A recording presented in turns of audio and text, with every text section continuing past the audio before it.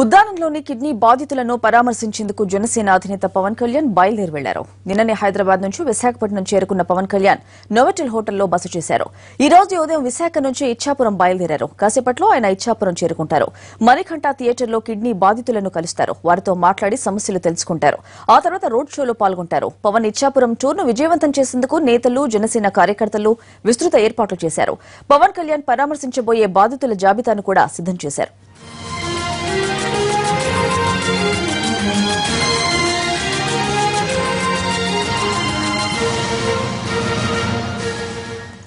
ఇచ్చాపురంలో Manikanta theatre దగ్గరకు వేలాదిగా తరలిస్తున్నారు ఫ్యాన్స్. నిర్వాహకులు అన్ని ఏర్పాట్లు చేశారు. బాధితులు ఇప్పుడిప్పుడే వేదిక వద్దకు చేరుకుంటున్నారు. ఇచ్చాపురం నుంచి తాజా సమాచారాన్ని మా కరెస్పాండెంట్ శ్రీనుబాబు అందిస్తారు. జనసేన అధ్యక్షులు పవర్ స్టార్ పవన్ కళ్యాణ్ మరికొద్ది సేపట్లో ఇచ్చాపురం చేరుకున్నారు. ఏదైతే గత దశాబ్దాల కాలంగా ఉద్దానం ప్రాంత వాసుల్ని పట్టి పీడిస్తున్న కిడ్నీ రోగులతో మాట్లాడి వారితో ముఖాముఖి నిర్వహించి వాళ్ళ సమస్యలను క్షేత్రస్థాయిలో పరిశీలించడానికి, అదేవిధంగా వారికి ఎటువంటి పునరావాసం కల్పించడం, ఎటువంటి హెల్ప్ చేయాలి, కేంద్ర రాష్ట్ర ప్రభుత్వాలపై ఎటువంటి ఒత్తిడి తెచ్చి వాళ్ళకి న్యాయం చేయాలనే దిశలో అతను ఈ ముఖాముఖి ఏర్పాటు చేసినట్టు తెలుస్తుంది. అయితే ఏదైతే పవర్ స్టార్ పవన్ కళ్యాణ్ మొట్టమొదటిసారిగా ఈ ముఖాముఖి నిర్వహించడానికి వస్తున్నారో దీనికి సంబంధించిన అన్ని ఏర్పాట్లు కూడా ఇప్పటికే పూర్తి చేయడం జరిగింది. అటు పవన్ అభిమానులు కావచ్చు, ఇటు జనసేన కార్యకర్తలు కావచ్చు, ఇప్పటికే అన్ని ఏర్పాట్లు కూడా పూర్తి చేశారు. దాదాపు 420 మంది కిడ్నీ రోగులతో పవన్ కళ్యాణ్ మాట్లాడే విధంగా ఇచ్చాపురంలోని ఎల్మాక్స్ థియేటర్ని సిద్ధం చేశారు. దీంతో పాటు కొంతమంది అతనితో వచ్చే కొంత అనుచరులు కావచ్చు, లోకల్గా ఉండే ప్రజా సంఘాలు, లేదంటే స్వచ్ఛంద సంస్థలు, విఐపీలతో కూడా ఇక్కడ జరిగే క్షేత్రస్థాయిలో జరిగే సమస్యలను కూడా తెలుసుకునే ప్రయత్నం చేసేయడానికి అంతా కూడా సిద్ధమైంది అని చెప్పుకోవచ్చు. ప్రస్తుతం మనం ఇచ్చాపురంలో గల ఎల్మాక్స్ థియేటర్ వద్ద ఉన్న మనతో పాటు కొంతమంది నిర్వాహకులు ఉన్నారు. ఈవెంట్ నిర్వాహకులు అసలు ఎటువంటి ఏర్పాట్లు చేశారు, ప్రోగ్రామ్ ఎన్ని గంటలకు ప్రారంభం కాబోతుంది, ప్రధానంగా పవన్ కళ్యాణ్ ఏ సమస్యలు ప్రస్తావించబోతున్నారు అని తెలుసుకునే ప్రయత్నం చేద్దాం. సార్ చెప్పండి, పవన్ కళ్యాణ్ గారు ఎన్ని గంటలకు రాబోతున్నారు, కార్యక్రమం ఏ విధంగా సాగబోతుంది, ఏ సమస్యలు ప్రస్తావించబోతున్నారు?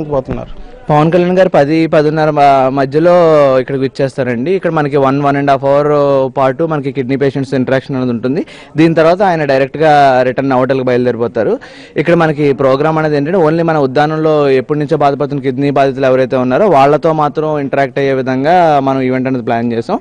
4 months బ్యాక్ అతను ఈ విషయం గురించి తెలుసుకున్నప్పుడు చాలా కలత చెందారు. సో దానివల్ల అతను ఒక కమిటీ వేసి దాని ద్వారా రీసెర్చ్ స్కాలర్స్ అందరితోని కమిటీ ద్వారా నివేదిక తెచ్చుకున్నారు.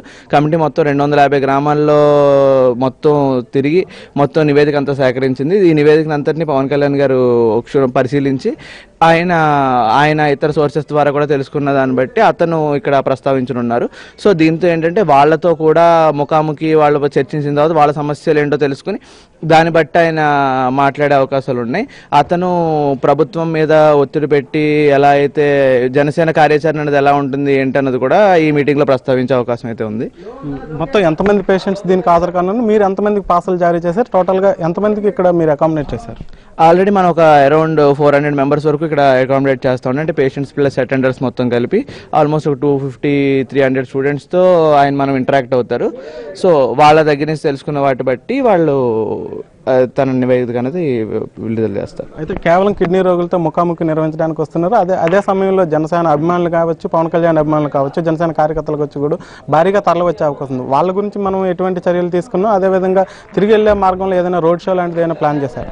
పవన్ కళ్యాణ్ గారు ఖచ్చితంగా ఎప్పుడు అభిమానుల గురించి ఆలోచిస్తారండి. ఆయన ఏంటంటే అక్కడి వరకు ఆయన చూడడానికి వచ్చిన అభిమానులు కలత చెందకుండా ఉండడం కోసం ఏంటంటే ఇక్కడ ఏదైతే మనకి ఒక 500 meters దూరం నుంచి మన పోలీసులు బ్లాక్ చేస్తున్నారు, అక్కడి నుంచి ఆయన రోడ్ షో అనేది స్టార్ట్ చేస్తారు. మన హైవే పాయింట్ వరకు కూడా ఆయన కంటిన్యూస్గా ఓపెన్ టాప్ వెహికల్ మీద రోడ్ షో అనేది కంటిన్యూ చేయడం అనేది జరుగుతుంది. నెక్స్ట్ ఏంటంటే ఒక 2-3 చోట్ల ఏమైనా అతను ఆగి అతను ప్రసంగించే ఛాన్స్ కూడా ఉంది. అతనైతే ఫ్యాన్స్ కనపడతారండి. దయచేసి ఫ్యాన్స్ అందరూ కూడా థియేటర్లో ఉన్న పేషెంట్స్ని ఇబ్బంది పెట్టద్దండి.